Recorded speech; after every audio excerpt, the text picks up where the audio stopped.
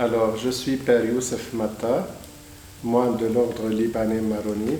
Je suis le supérieur du monastère de Notre-Dame de Mayfouk. Le monastère remonte, selon les documents, à l'an 850.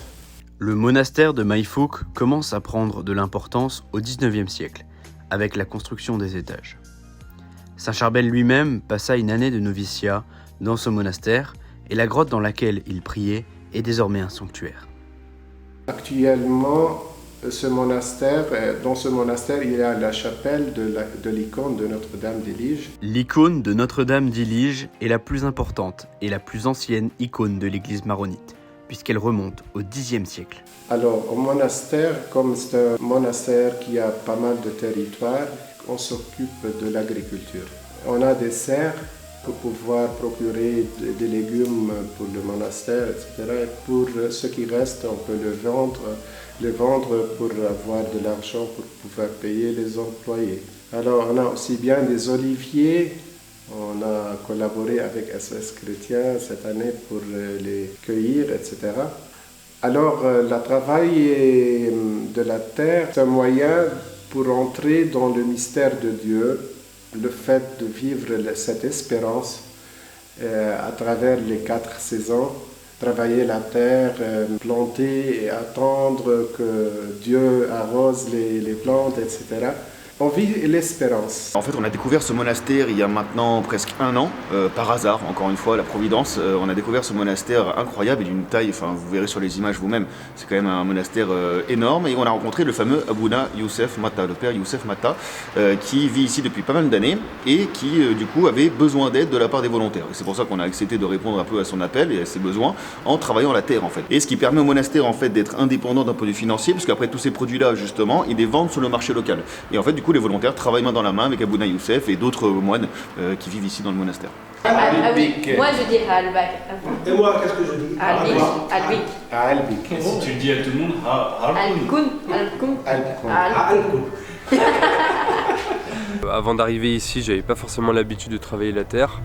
Donc ça permet un petit peu de revenir à l'origine, de venir à la source et faire un travail tout simple. Ça permet de rester beaucoup humble, c'est-à-dire ça n'a pas forcément tout le temps beaucoup de sens de retirer des mauvaises herbes pendant 2 jours, mais à la fin on voit quand même le travail accompli et c'est vrai que c'est un réel épanouissement, un réel plaisir, surtout quand c'est partagé avec les autres. Alors la présence des moines ici à Mayfouk est effectivement très importante parce que ça permet de vraiment se poser, de prier avec eux, de prier en communauté, voir un petit peu ce que c'est la vie monastique. Le spirituel est important parce que les volontaires participent par exemple au laude, à la messe matinale et aussi bien au vêpres. Et on peut dire qu'il y a ce soif pour le spirituel. On disait que les orientaux sont plus affectifs au niveau de leur vie et plutôt que les occidentaux sont plus rationnels. Et c'est le fait de chercher le spirituel en Orient qui une fois était, on peut dire, le noyau de la première église, surtout la Terre Sainte, etc. C'est important pour l'épanouissement des jeunes et leur croissance, non seulement au niveau intellectuel, mais aussi bien spirituel. On a collaboré, ça fait presque 2 ans avec SOS Chrétien, c'est la 3e année. Alors, je les confie des travaux dont les sert la plupart des fois à désherber les herbes sauvages, à enlever les cailloux. Certainement, c'est étonnant que des jeunes qui viennent de la France pour faire une mission à l'extérieur ou bien pour apprendre la langue libanaise ou l'arabe, de trouver des gens qui travaillent volontairement, c'est pas facile, surtout avec la crise économique actuelle, le problème de la pandémie, etc. Alors habituellement on arrive tôt le matin avec l'ensemble des volontaires, donc après un réveil plutôt matinal. Donc on travaille jusqu'à peu près midi et demi, 13h. Où ensuite on est convié donc à un super repas partagé avec Abouna Youssef lui-même, où on a la chance de déguster beaucoup de mets libanais. La journée reprend ensuite tout l'après-midi jusqu'à 17h. puisqu'à 18h on a la prière du soir, donc les vêpres en présence des moines. Ça permet de bien terminer la journée, de clôturer dans la prière une journée qui s'est très bien passée dans l'ensemble.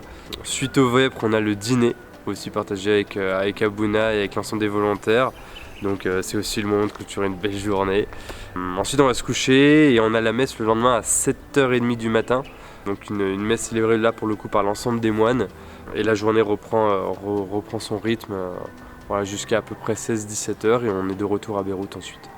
Nous, on part toujours du principe avec SOS Chrétiens d'Orient que les volontaires doivent effectuer un travail qui leur permet d'avoir un esprit saint dans un corps saint. C'est-à-dire qu'ici, au monastère, on est quand même dans un lieu saint libanais historique. Et en plus, ça permet donc aux volontaires de cultiver leur foi en allant à la messe avec Abouna Youssef, en allant aux prières le matin, le soir, etc. Et en même temps, de travailler leur corps et de faire du travail manuel. Donc vraiment, esprit saint dans un corps saint, on cultive l'âme et on cultive son corps. Je veux remercier l'association Chrétiens d'Orient avec tous les volontaires pour leur aide qui me tient au cœur parce que trouver, comme je dis, des volontaires qui travaillent pour la gloire de Dieu sans toucher de l'argent, ça veut dire que le monde est encore sur la vraie voie, je pense. Et il faut que cette expérience soit contagieuse pour les autres.